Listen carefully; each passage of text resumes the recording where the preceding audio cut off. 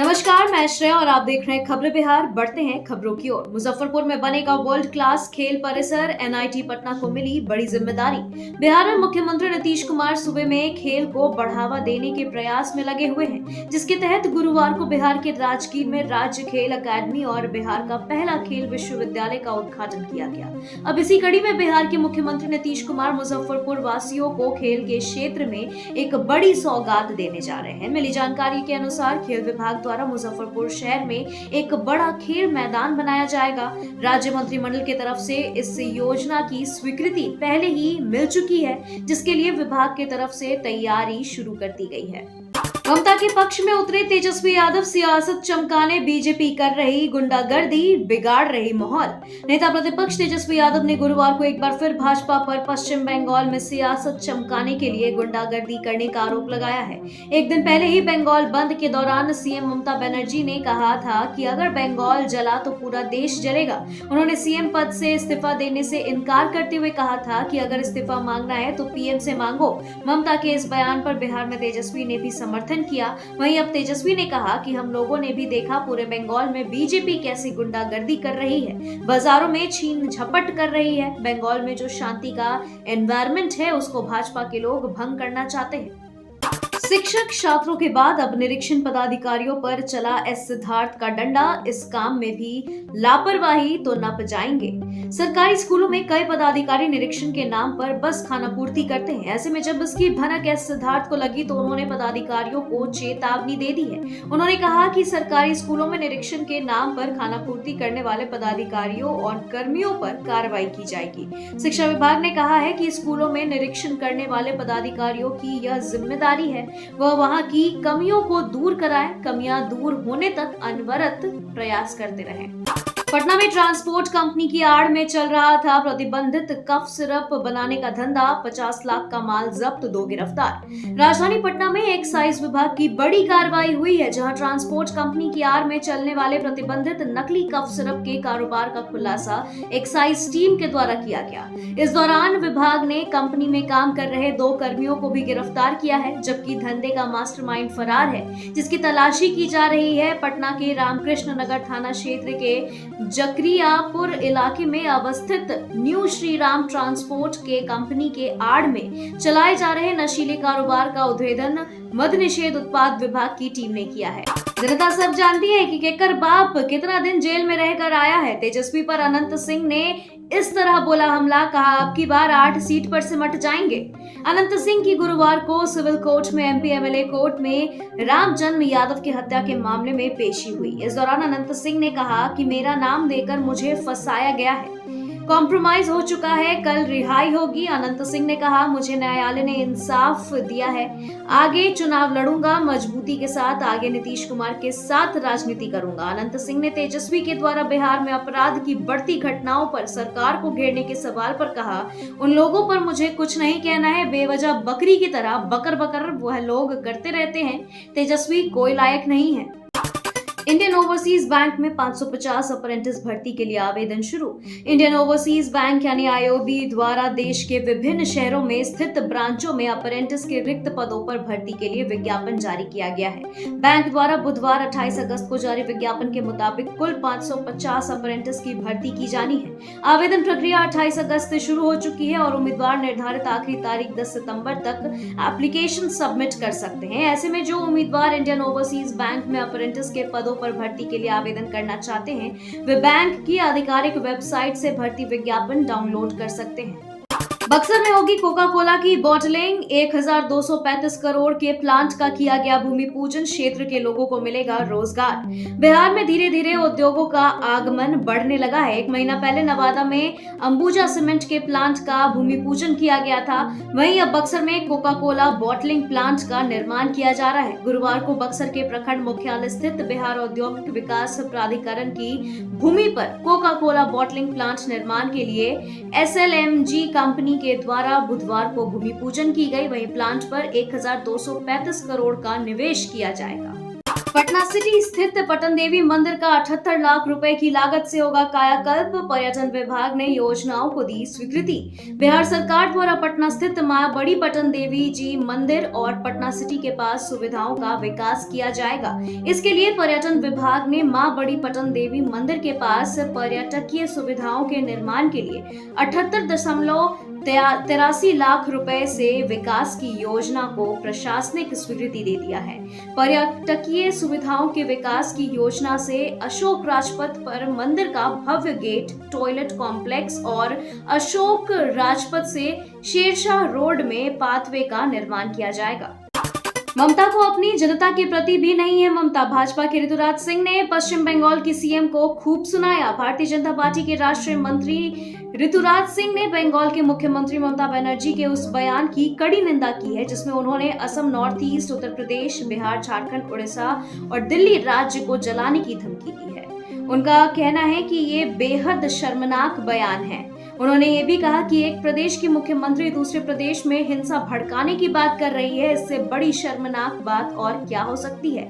उन्हें यह सोचना चाहिए कि उनसे अपने प्रदेश की कानून व्यवस्था संभल नहीं पा रही तो वे इसका दोष दूसरे को दे रही है।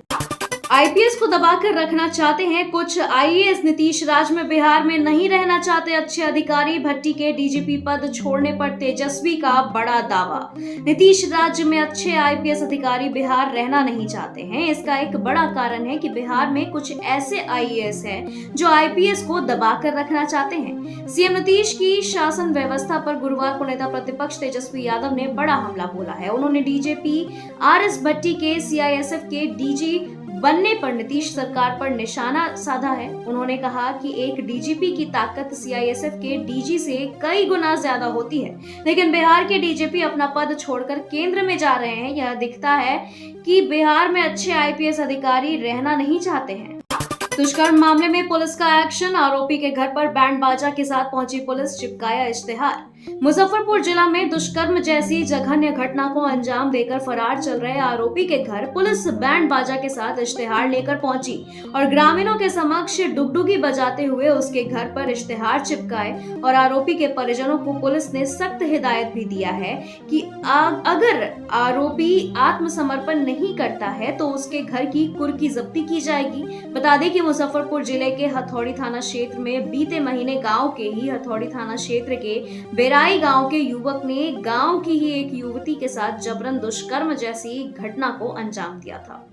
अगर रात में खत्म हो गया बैलेंस फिर भी नहीं कटेगी बिजली। विभाग ने स्मार्ट मीटर को लेकर उड़ रहे अफवाहों पर साफ किया रुख। उपभोक्ताओं को दे दी चेतावनी। बिहार सरकार की तरफ से पहले सिर्फ प्रदेश के सभी जिलों के शहरी क्षेत्र में ही स्मार्ट मीटर लगाया गया था, लेकिन अब बिजली विभाग द्वारा बिहार के सभी गांवों में भी लोगों के मकानों में बिजली मीटर लगाने का काम शुरू कर दिया गया है। लेकिन कई जगह मीटर लगाने जा रहे कर्मचारियों का ग्रामीण द्वारा विरोध भी किया जा रहा है।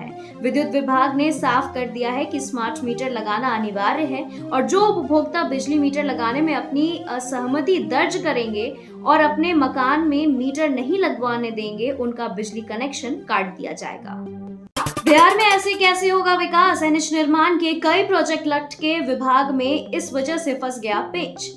बिहार में लगभग 500 किलोमीटर एनएच का निर्माण होना है, लेकिन वन विभाग की बेरुखी के कारण एक भी एनएच का निर्माण कार्य अब तक शुरू नहीं हो सका है। इन सड़कों का टेंडर पहले ही निकल चुका है और सड़क निर्माण करने के लिए एजेंसी का भी चयन हो चुका है, लेकिन वन विभाग अब तक भूमि अधिग्रहण करने में सफल नहीं हो पाई है, जिसके कारण लगभग 11,000 करोड़ की लागत से बनने वाले इस सड़क योजनाओं का निर्माण कार्य अब तक अधर में लटका हुआ है।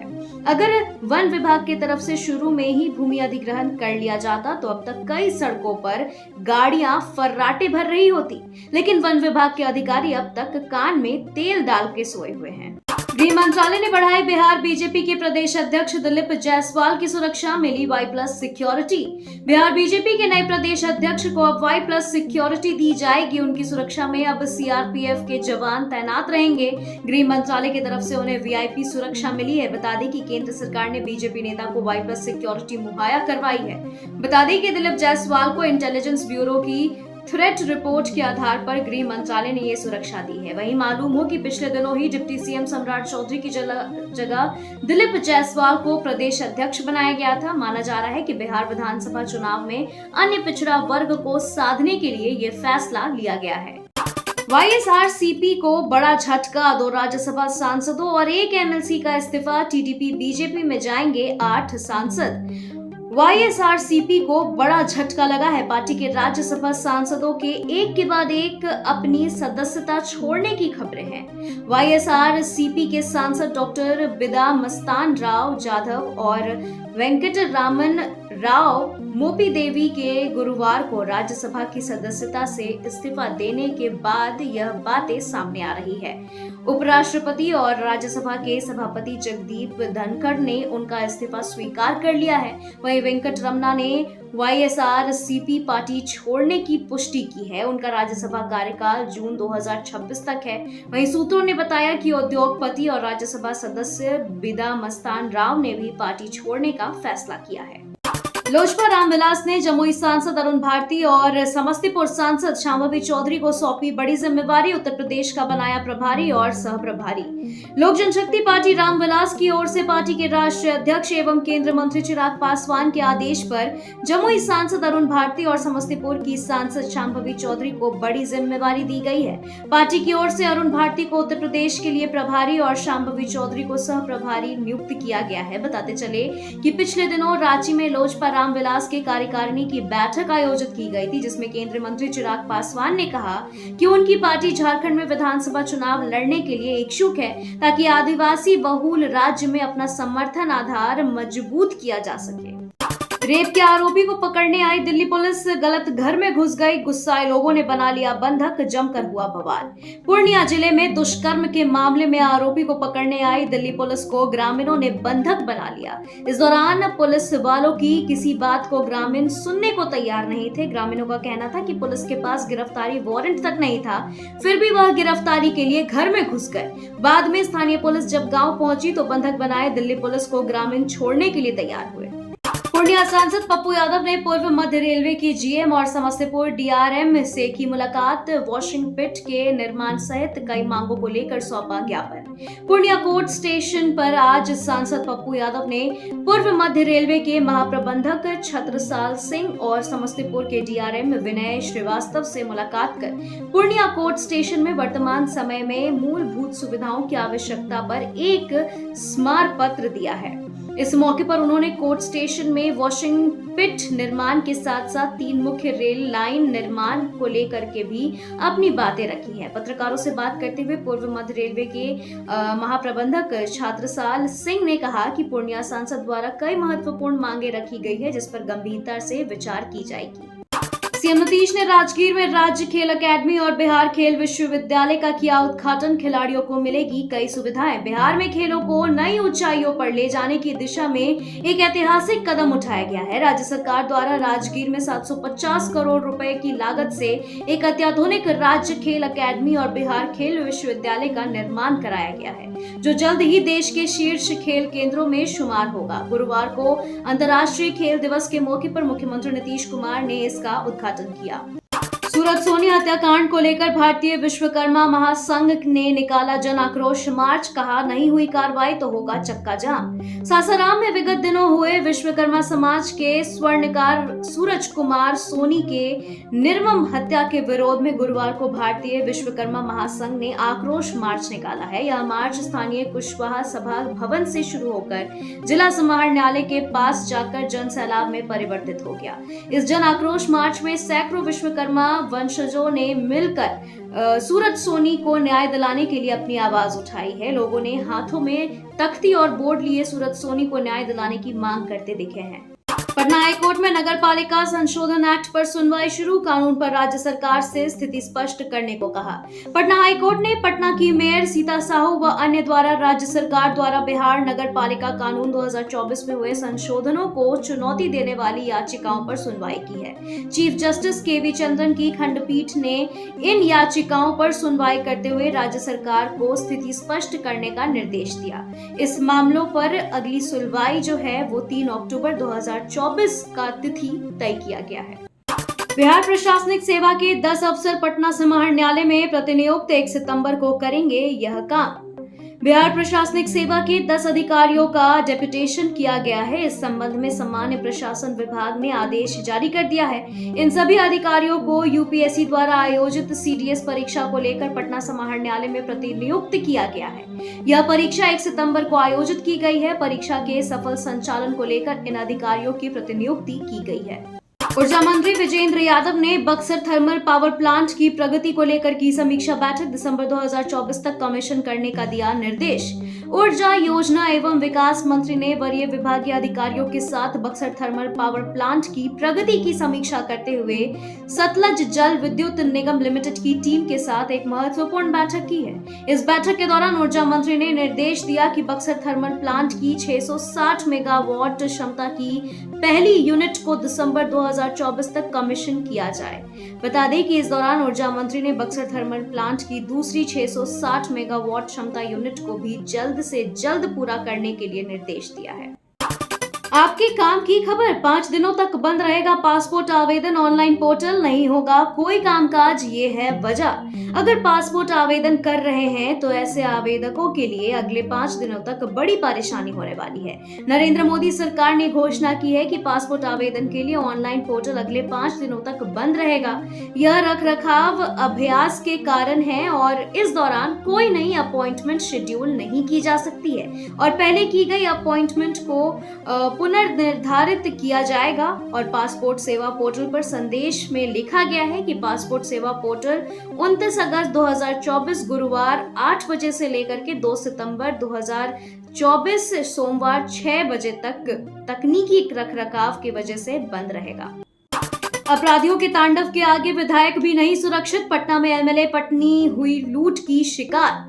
बिहार में आपराधिक घटनाएं चरम पर है। आए दिन अपराधी एक के बाद एक आपराधिक घटनाओं को अंजाम दे रहे हैं। आम हो या खास, बेखौफ अपराधी सभी को अपने निशाने पर ले रहे हैं। ताजा मामला राजधानी पटना का है, जहां अपराधियों ने विधायक के परिवार को निशाने पर लिया है।